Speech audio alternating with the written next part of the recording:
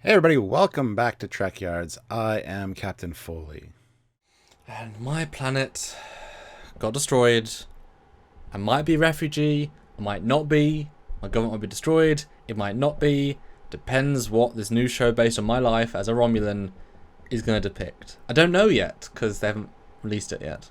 In case you guys can't tell by the thumbnail, the title, or our stupid intro, we're talking about Romulans today, specifically Romulans in the new Star Trek Picard series. We got the first trailer, of course, at San Diego Comic-Con, and it's full of Romulans. There's pretty sure they're all Romulans. There might be a Vulcan in there sprinkled in somewhere. I don't know. In terms of amount of screen time, this is a Romulan story. This is a Romulan/Borg story, without question. Now, Stuart, you have specific thoughts on Romulans from the lack of appearance and as in their lack of being used? Do you want to talk to us about that and how you feel then? Because you must have caught that Romulans are super heavily shown in this trailer. Well, yeah, I'm a fan of the Romulans. I like ever since Balance of Terror, obviously. Just I love their ship designs. I love the subterfuge, the cloak, the deceitfulness. The way that they operate is intriguing to me. I love seeing Romulans. There's so many story possibilities there. Plus, let's be fair, I get my butt kicked by them all the time in Starfleet battles because my brother always chooses Romulans. The plasma torpedoes are a pain in the ass. No, so I love Romulans. So seeing this was great. And I've personally never been a fan of the TNG Romulan aesthetic. I mean, the makeup, the brow, just didn't work for me. Because they made a point of that in Balance of Terror that, wow, Spock could be a Romulan spy. Dun, dun, dun. Because they look so much like Vulcans considering their direct descendants. And it's only been a few centuries. It hasn't been a long time. And that kind of genetic or evolutionary modifications wouldn't have happened necessarily. Although, obviously, the caveat to that is that in one episode of Enterprise, they inject Archer with a virus that gives him forehead ridges within 2 seconds. So that sort of change is also incredibly easy in the future. Well, that's where I go on to say, they could have done genetic modifications to their species, or at least to their military, to make them smarter, stronger, whatever, and that resulted in those ridges, or just breeding with remans or whatever. But evolutionary, it doesn't make sense. It's just to make them look different for TNG. Well, and that's interesting, because now you've said that, we, on the offset, said everyone in the trailer is of Vulcan descent. You can't tell who's a Romulan and who's a Vulcan, not directly. Without those ridges, it's now not workoutable who's who. So actually, the reason for them being there has obviously, the reason was to help audiences know which one's which, but obviously you can tell by the acting, and the fact is, you shouldn't judge a show by its trailer once the show's out. If you see, yes, you can see a Romulan act like a Vulcan, but then there's a reason for that. A Vulcan acts like a Vulcan, a Romulan acts like a Romulan, and a hybrid of each acts unique, like Saavik and such. So there's tells, so it shouldn't be difficult once you get into it. As you called me, elf chap. Yeah, very elfish. Yeah. He has incredibly smooth forehead, but then the second Chateau Picard helper, when there are 2 Romulan helpers, he does have indents here. It's not smooth forward, and the guy that does throw him, one of the 2 guys that throws him out of the bar or whatever, does have again little grooves, and I took some screen caps from TNG, and that's exactly where they are. So there is something there. It's way more subtle. And I want to point out too that on the gangway in the Borg ship, the one Romulan holding the rifle looks very TNG. The hair, the brow appears to be very a thing there. Yeah. Yeah, it's like they got a good mix of all of them, which is what they should do. They should be very, versions of a species. Which, thank goodness, they're doing that. Yeah, so I'm all for that. It's kind of what we said about the Klingons. We were hoping within hope in Discovery Season 1 that the trailers were misleading. It was just one house. That variety of the variation of house was such a lie. We hope we should have seen smooth heads, normal Klingons, Discovery Klingons, all variants in between. And know this retconned their own things. That was a big failure. I hope they've learned that lesson into not doing it. And you can get away with using JJ bald Romulans that are just bald with tattoos. That's not very different. It's a species. You can have black, white, Chinese, bowl cut, long hair. Why wouldn't you? Why couldn't you? And so all different variations of the forehead is valid.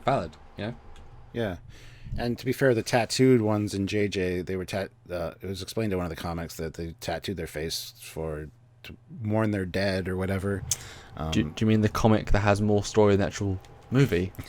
Like, yes, that's the one. That's the one. and films are, you can tell when a film's bad when they can't put enough story in, because they say, read the comic to understand the story. It's like, well, then you told the film wrong. Yeah, exactly. That was a failure of filmmaking. But yeah, the explanation in the comics, I have no issues with that. To be fair, the JJ Romulans don't look that bad. I rather like them. So yeah, Well, they look like Romulans. There's not really any, you know what I mean? There's not really anything to complain about. They're just like Romulans. But let's break down a couple of little things. So obviously we have the definitely different factions of Romulans. Some that think stuff did enough to help, and if Picard did do some great rescue mission in some secondary incident, if the Borg did, there's all these things that could have happened. But yeah, I think the Romulan culture owes. Some feel like Picard is owed something, and I want to jump to, as we said in previous live, but when Picard is walking to, I assume, part near his vineyard, or on the same continent part, I assume it's a Romulan refugee camp. Although after 20 years. Or even 10 after the incident, it's kind of like just a Romulan encampment, If you look carefully, the bottom two right people clearly wearing Romulan-style clothing, more so than Vulcan, I would say, on average. And the cuts, again, and this very much looks like a place that he's getting thrown out of, again, by Romulans. So I think this is, he knows Romulans think they owe him, and there's Romulan mercenaries there, and he wants to go ask for their help, and this fails, and then maybe this singular guy that owes him does save him because he's been watching him. And then he takes him to his friends, his crew, and that's how he gets this crew, is my guess of how those things come together. But definitely Romulans will be a big thing, because, Borg prison. That's a big thing for the Borg, for the Romulans to do. Like, ballsy. Real ballsy. Yeah, I'd say that the story there is going to be fantastic. Exactly what is up with that prison and the Romulan situation. So how much do you think this is actually going to take directly from the Countdown comic, because we know that's a canon JJ verse thing, because the people in charge said it was canon of the Paramount stuff. They did say it's sort of based on that potentially, but if you take that for canon, then you've got things like Captain Data, a different uniform. Like, we've got to really add a whole lot of things to the canon, which honestly we've done episodes on comics before, and artists don't tend to give as much of a shit, nor get through licensing stuff from other things. They steal fan art to resketch. They use designs that are not from Star Trek, these wrong era badges and weapons and ships. That it's so much less controlled that the Countdown comic, well, I've not gone through it, I can guarantee there's so many problems with it from a pure, because again, the audience, most Trek fans are never going to have read it. No offense, it's a comic, like the books, like the games, most fans will never have. But if you suddenly take it as canon, actually visually canon, then all these problems that they definitely did not think about over 10 years ago are introduced. Yeah, I never really considered that, because the events of Countdown happened in the Prime timeline, and she had Data in command of Enterprise F. Yep. So no E, it was E, but they sort of have it's like a stretched E. It's like not. It's mostly right, but it's also not fully right. Yeah, that's very, very interesting, because technically, the Hobus star exploding, that's Prime Universe. And anything that happened in the JJ film. Yeah. So before going through the wormhole to the alternate reality, is essentially Prime canon. At least it should be. So the Hobus star exploding, that all looks like that is all something that's happened in Picard. So yeah, what do you cherry pick from that to make it canon? Because that throws a whole wrench right in the works when you do that. I'm assuming it's as much. He also helped write that comic. Was part of the production team. Alex Kurtzman was. Well, he's no longer showrunner for this show. He's a higher up of the higher up. He's not actually as involved anymore. My assumption is that it's like, well, that's not visual canon, so we will take what we want, use what we want, but more just take the incident of the Hobus as being well, that obviously was visual canon. It happened. We saw it. And then take from that what we want and do what we want, is my assumption. It would alleviate the need to get exactly right and then we'll have to line by line truly go through it and analyze it and be like, well, I guess Data actually died this year, and da da da da. You know, it's tricky. It's tricky.